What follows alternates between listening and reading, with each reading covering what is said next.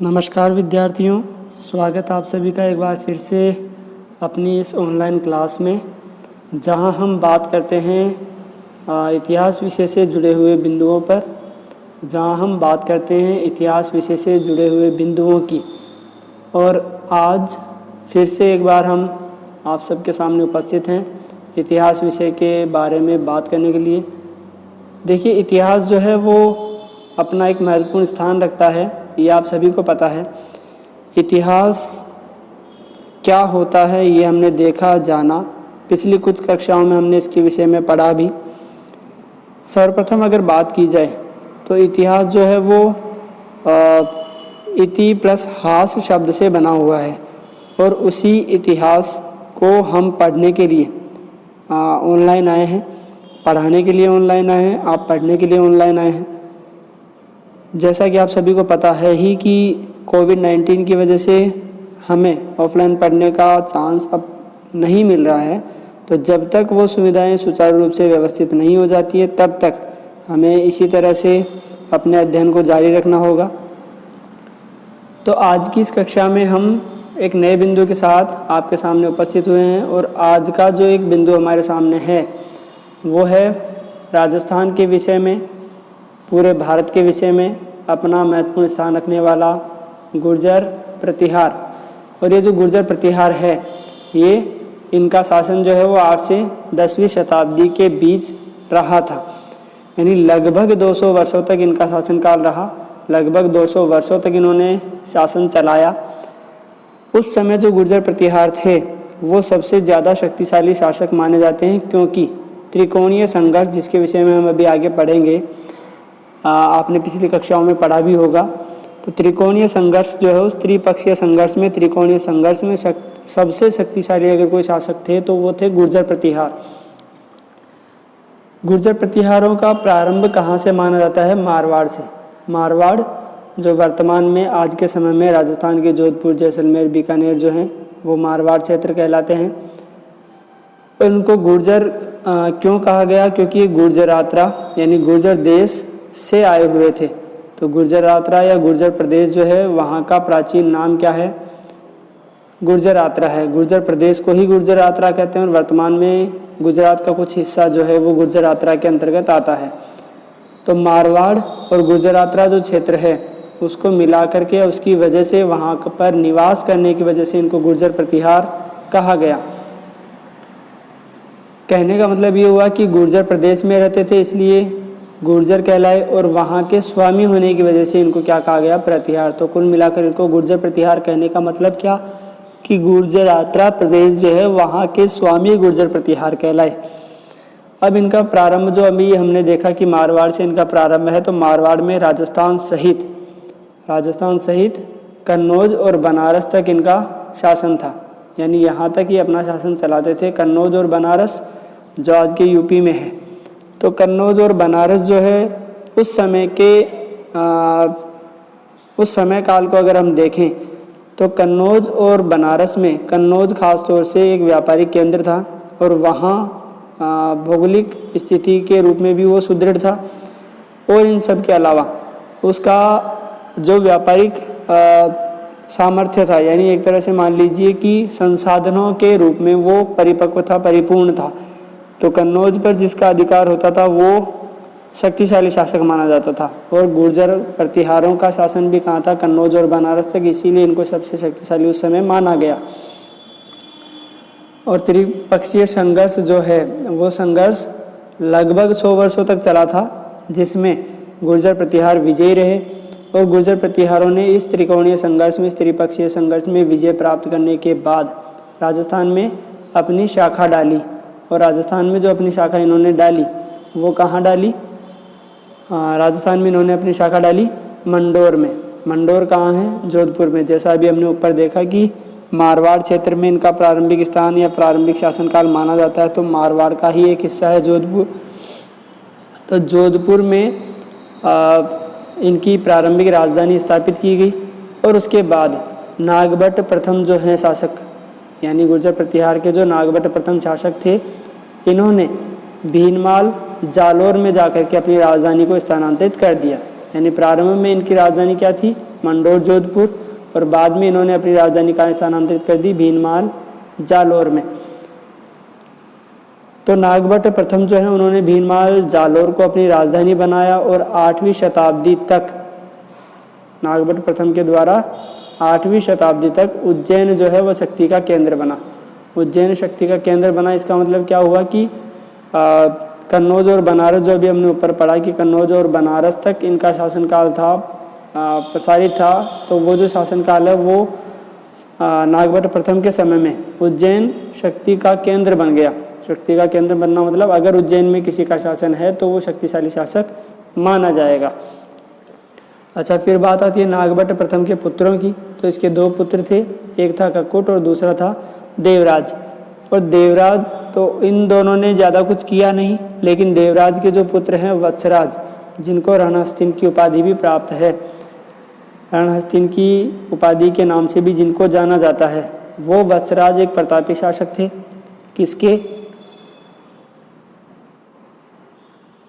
गुर्जर प्रतिहार वंश के। और गुर्जर प्रतिहार वंश में देवराज के जो पुत्र हैं वत्सराज, वो रणहस्तिन के नाम से जाने गए, इनको प्रतापी शासक माना गया। ये जो रणहस्तिन हैं, ये जो वत्सराज हैं, इन्होंने क्या किया, मांडी वंश के, यानी जो बंगाल के धर्मपाल शासक हैं, नाम है धर्मपाल और इनका वंश कौन सा है, मांडी वंश।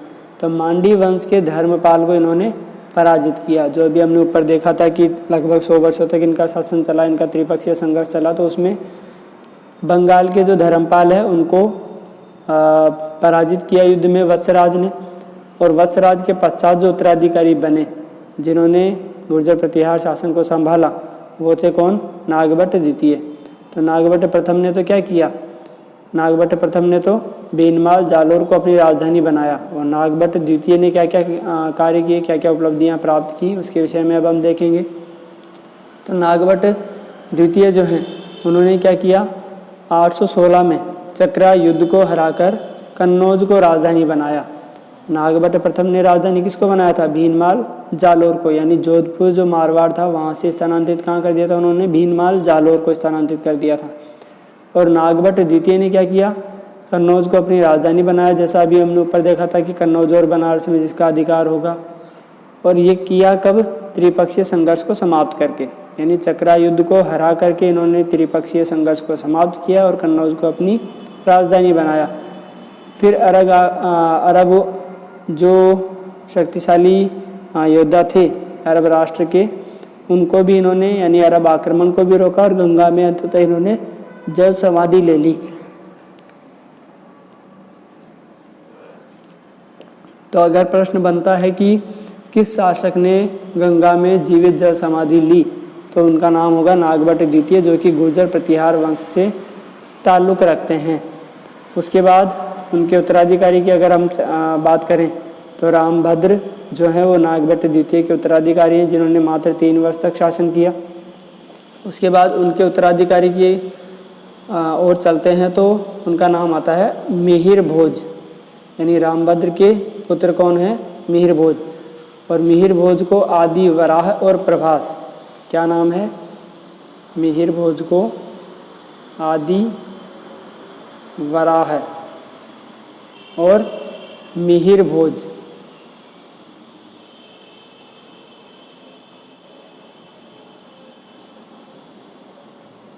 मिहिर भोज ये इनका नाम है, जिनको आदि वराह के नाम से भी जानते हैं, या फिर प्रभास उपनाम भी इनको दिया गया। ठीक है।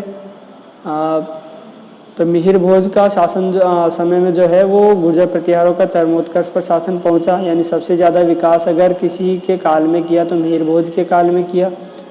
सुलेमान नाम का जो एक अरब यात्री था, उसने भी मिहिर भोज की प्रशंसा की है। इनके शासनकाल को देखकर, इनके विकास को देखकर, इनके राजनीतिक बर्ताव को देख करके अरब यात्री सुलेमान ने इनकी प्रशंसा की है। और राष्ट्रकूट जो शासक है जिसका नाम क्या है, ध्रुव, ये ध्रुव इनके समकालीन था। तो मिहिर भोज के समकालीन राष्ट्रकूट शासक कौन, ध्रुव, मिहिर भोज के समकालीन था। और ऊपर जो हमने देखा था क्या कि चक्रा युद्ध को हराया था, चक्रा युद्ध कौन, वो त्रिपक्षीय संघर्ष का एक पहलू। तो उसमें चक्रायुद्ध को हराया किसने था? नागभट्ट द्वितीय ने, और उसी के समय में त्रिपक्षीय संघर्ष समाप्त हुआ था। आगे हम बात करते हैं मिहिर भोज के उत्तराधिकारी की। तो मिहिर भोज का उत्तराधिकारी कौन? महेंद्रपाल प्रथम, जिसको निर्भय नरेश भी कहा जाता है। निर्भय नरेश की संज्ञा भी जिसको दी गई है। और ये जो महेंद्रपाल प्रथम है, इनके समय के एक साहित्यकार हैं, यानी इनके समकालीन एक साहित्यकार हैं जिनका नाम है राजशेखर। इन राजशेखर ने क्या क्या कृतियाँ लिखी? एक कर्पूर मंजरी, एक काव्य मीमांसा, कर्पूर मंजरी, काव्य मीमांसा, बाल रामायण और बाल भारत, ये रचनाएं इनकी हैं। तो महेंद्रपाल के समय पर जो समकालीन साहित्यकार थे उनमें नाम आता है राजशेखर का, और राजशेखर ने कर्पूर मंजरी, काव्य मीमांसा, बाल रामायण और बाल भारत की रचना की। महिपाल शासक जो हैं वो अल-मसूदी इनका समकालीन यात्री था, यानी जो राजशेखर हैं उन्होंने महिपाल शासक के बारे में भी रचनाएं लिखी हैं। और अल-मसूदी जो है वो अरबी यात्री था, समकालीन था किसका? महेंद्रपाल प्रथम और महिपाल का। फिर राष्ट्रकूट नरेश इंद्र तृतीय ने हराकर कन्नौज पर अधिकार कर लिया। तो महिपाल शासक को हरा करके,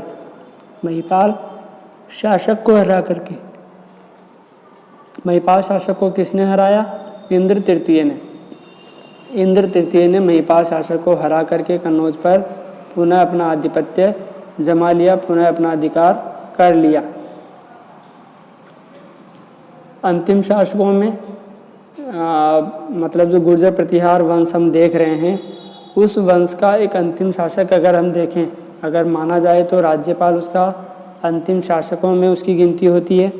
और महमूद गजनवी का आक्रमण महमूद गजनवी का आक्रमण जो है वो राज्यपाल के समय के दौरान ही हुआ, 1018 ईस्वी में संभवतः, यानी निश्चित तौर पर नहीं।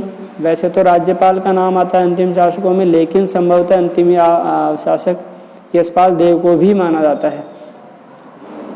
फिर चंदेल राजा गंड और पुत्र विद्याधर ने हत्या कर दी, किसकी? राज्यपाल की।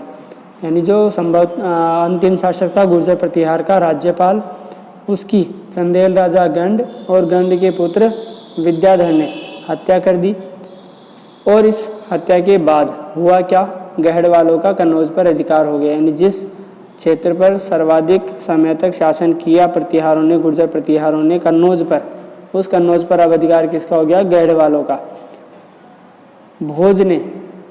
भोज ने क्या किया है? प्रतिहार की ग्वालियर प्रशस्ति की रचना की है। ये इनकी रचना है प्रशस्ति। तो भोज प्रतिहार की ग्वालियर प्रशस्ति, भोज प्रतिहार की मतलब भोज लिखने वाले हैं जिन्होंने प्रशस्ति लिखी है, ग्वालियर प्रशस्ति। अच्छा, ये प्रशस्ति होती क्या है? प्रशस्ति का मतलब होता है राजा की प्रशंसा में लिखा गया एक कोई शिलालेख, एक कोई अभिलेख, एक कोई रचना, उसको प्रशस्ति कहा जाता है। जैसे कीर्ति स्तंभ है, वहाँ भी प्रशस्ति लिखी गई है महेश शर्मा के द्वारा। तो वो वाली चीज़ है कि राजा की प्रशंसा में लिखी गई चीज़ें प्रशस्ति कहलाती है। उद्योतन सूरी ने भी एक रचना लिखी जिसका नाम क्या है? कुवलय माला। और अंततः हम त्रिपक्षीय संघर्ष के बारे में थोड़ी सी जानकारी प्राप्त कर लेते हैं। तो देखिए, त्रिपक्षीय संघर्ष में उत्तर में तो शासन था गुर्जर प्रतिहारों का, जिनके विषय में अभी हमने पढ़ा। पूर्व में थे पाल वंश, पाल शासक, और दक्षिण में राष्ट्रकूट। तो ये तीन शक्तियाँ थी पूरे भारतवर्ष में, जिनमें उत्तर में गुर्जर प्रतिहारों का शासन था, पूर्व में पाल वंश का शासन था और दक्षिण में राष्ट्रकूटों का शासन था। और इस त्रिपक्षीय संघर्ष का कारण क्या था? इस त्रिपक्षीय संघर्ष को क्यों शुरू किया गया? कन्नौज पर अधिकार के लिए। तो जैसा कि शुरुआत में मैंने आपको बताया कि कन्नौज उस समय का सबसे ज़्यादा शक्तिशाली, सबसे ज़्यादा व्यापारिक रूप से शक्तिशाली, संसाधनों के रूप में प्रचुर शक्तिशाली एक क्षेत्र था। और यहाँ जिसका अधिकार हो जाता था वही व्यक्ति सबसे शक्तिशाली माना जाता था, या पूरे भारत पर नियंत्रण करने के योग्य उसको माना जा सकता था। इसीलिए ये त्रिपक्षीय संघर्ष चला, ताकि कन्नौज पर अधिकार हो जाए। तो जैसा हमने पीछे देखा, कन्नौज पर कुछ समय के लिए यानी लगभग 100 वर्षों के लिए अधिकार रहा भी गुर्जर प्रतिहारों का, और इसी वजह से गुर्जर प्रतिहारों को सबसे ज़्यादा शक्तिशाली माना जाता है। तो ये था आज के लिए हमारी कक्षा का एक बिंदु, गुर्जर प्रतिहार। और ये जो गुर्जर प्रतिहार हैं इनके विषय में हमने जाना कि ये लगभग 200 सालों तक इन्होंने शासन किया। मारवाड़ में इनकी शुरुआत हुई और गुर्जर रात्रा प्रदेश के स्वामी होने की वजह से इनको गुर्जर प्रतिहार कहा गया। कन्नौज और बनारस तक इनका शासनकाल चलता था और राजस्थान में इनकी शाखा जोधपुर मंडौर से शुरू हुई और बाद में नागभट्ट प्रथम ने इनकी शाखा या इनकी राजधानी कहाँ स्थानांतरित कर दी, भीनमाल जालौर में। तो उम्मीद है कि आज की कक्षा भी आपको पसंद आई होगी। आज की कक्षा में भी आपने बहुत कुछ सीखा होगा, जाना होगा। फिर भी अगर कुछ प्रश्न आपके रह जाते हैं, कुछ पूछना हो